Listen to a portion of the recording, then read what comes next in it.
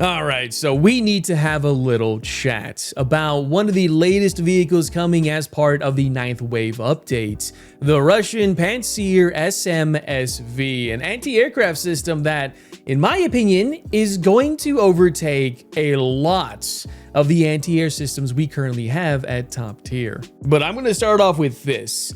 I don't think we needed this type of anti-air system in the game right now, given that we just got our hands on some pretty modern anti-air platforms such as the Tansam Kai, the Type 03, the Buck, the Iris T, etc. And all of these platforms have been doing tremendously well around their BR range. However, I think that's where lies much of the problem, because as is the norm, if a certain nation in War Thunder, I'm gonna let you guys kind of, use your imagination on that, gets bullied a little too hard, or maybe something doesn't perform well, Gaijin likes to kind of buff it in the next update to kind of bring them back up to spec. Now, I've been playing this game for just shy of 11 years now, and I can tell you, it's not the truth, but it's a little too close to it to believe otherwise. And I think this vehicle is a perfect example of that reasoning. Now, before I do dive into the details, please understand that my voice is kind of dying right now. I do apologize if it sounds a little weird. I just got done with the stream. I recorded all of the State of Top Tier for the Italians, which is my next release.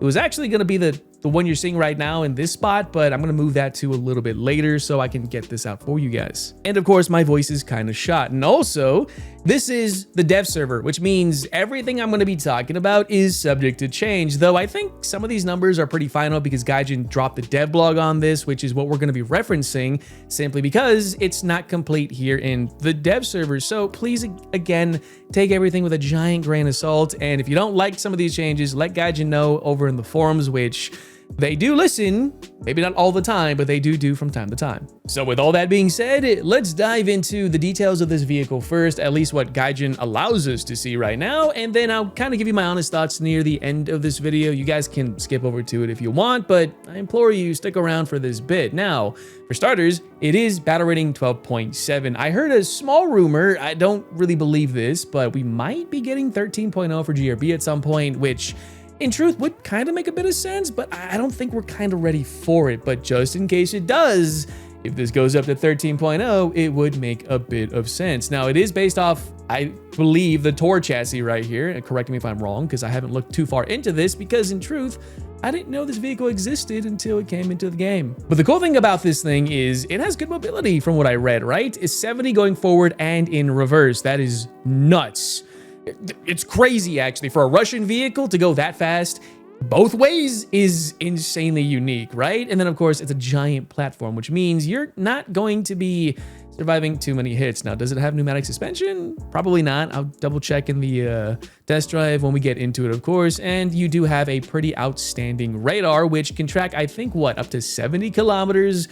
Pretty much a given for the most part. The bands, yeah, this stuff isn't really my strong suit. IRST, for that very silent lock. So once you detect a target, my guess, you can turn off the radar and then you can lock a target and they have no idea it's coming unless they have missile approach warning. But as usual, you don't want to get shot at because it's an anti-air system. 50 cal is probably going to be able to kill you because armor, yeah, just don't get shot at, period. All right, avoid tanks, don't get into too many hard fights. But you do have that, of course, gun, right? It's a 30 millimeter, the same one we found on pretty much the 2S6, the Pantsir, etc.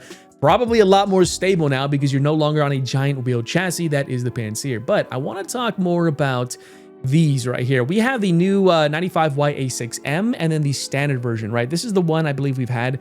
In fact, let me double check that to be 100%.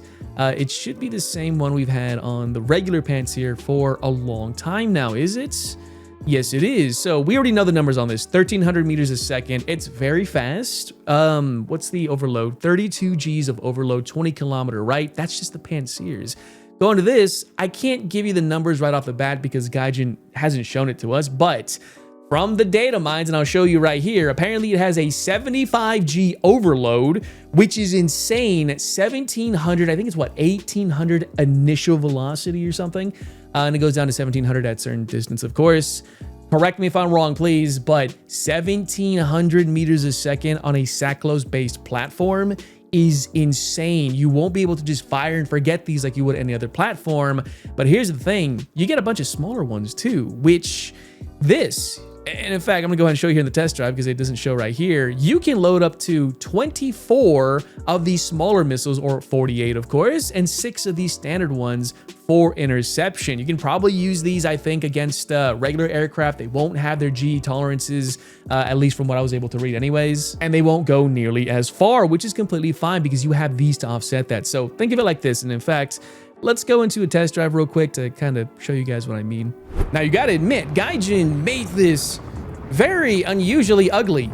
I mean, come on, it's a given, right? The uglier it is in the game, the better it'll probably work anyways, but this is probably gonna be my loadout, right? So 6 missiles of the best ones by far, and then you get 24, as you can see, of the tinier ones. But there's a catch to this too.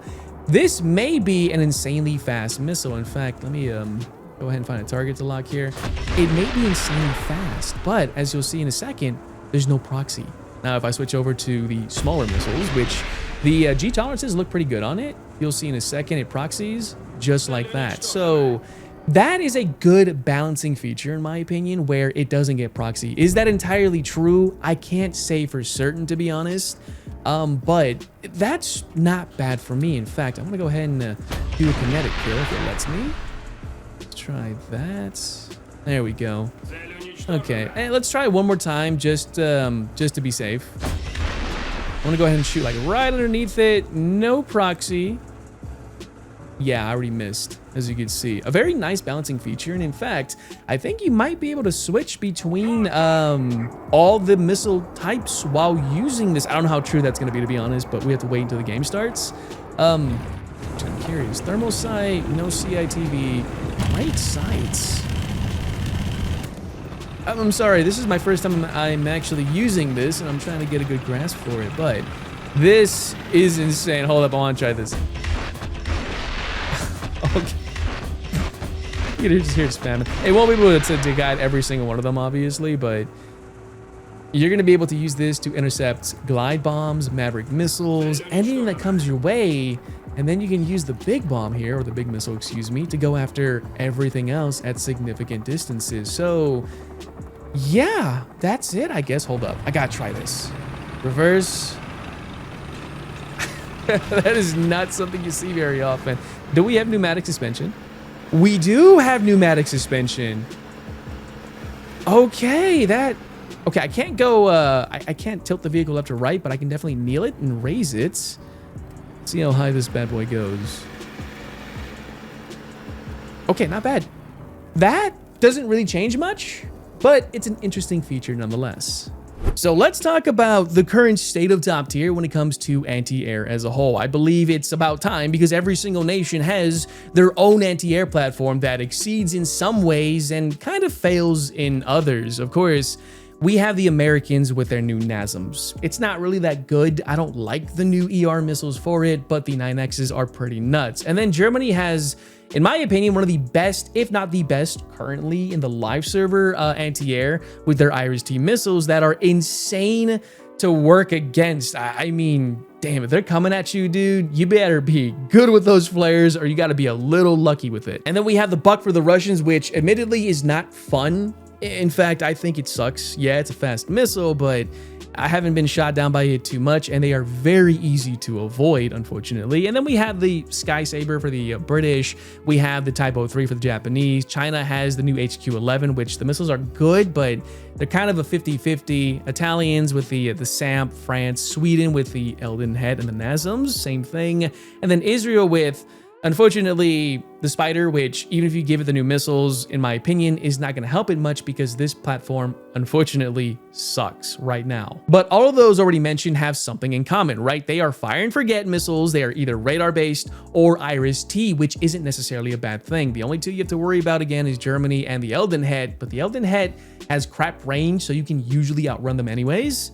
And then you have vehicles like the ADATs, Florak Rad, the ITOs, the 2S6, which in my opinion was probably one of the best, if not still the best SACLO system, only to be overshadowed by, again, this brand new one. Because whether you want to accept this notion or not, I think is a little irrelevant.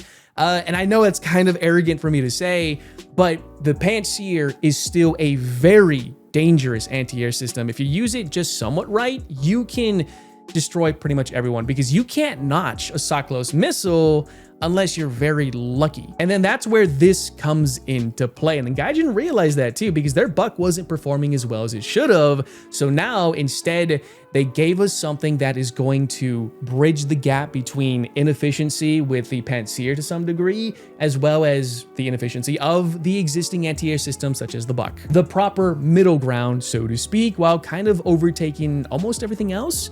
But is that really a big surprise at this point? It's War Thunder and it's Russia after all. And now you have the ability to carry the most amount of anti-air missiles in the game, at least at top tier, with the 95YA6 and the 6M, as well as the TKBs, which I'm kind of hoping to get the stats on these. I can't seem to find info on them, but I'm going to imagine they're pretty much mini versions of the A6. And in truth, I don't believe this was needed.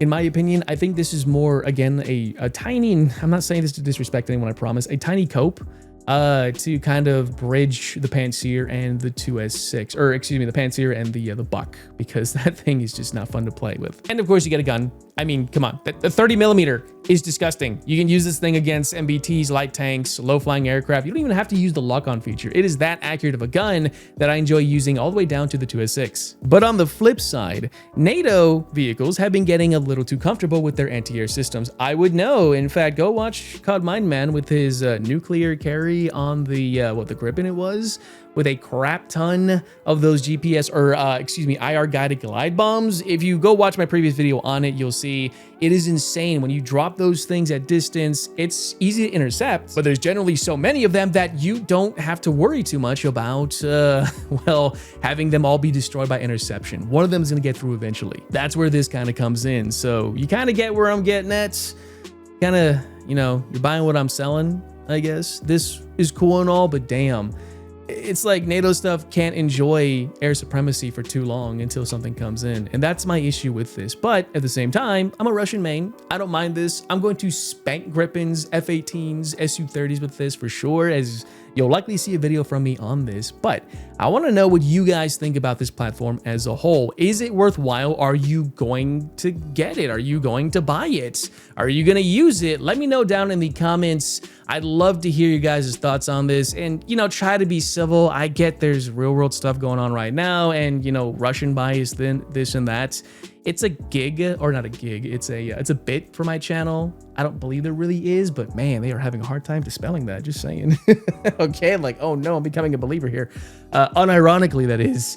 But yeah, let me know, guys, and I thank you so much for taking the time to listen to my talking head rant video about this vehicle. I will have a video on it for sure, and I'm looking forward to playing it, but it's gonna be a little while till that comes out because, man, no one's gonna fly after seeing this thing. I think. Anyways, I was wrong about the BMPT. Anyways, that's all I got for you guys. Thank you so much for taking the time to watch this, and I'll definitely see you on the next one.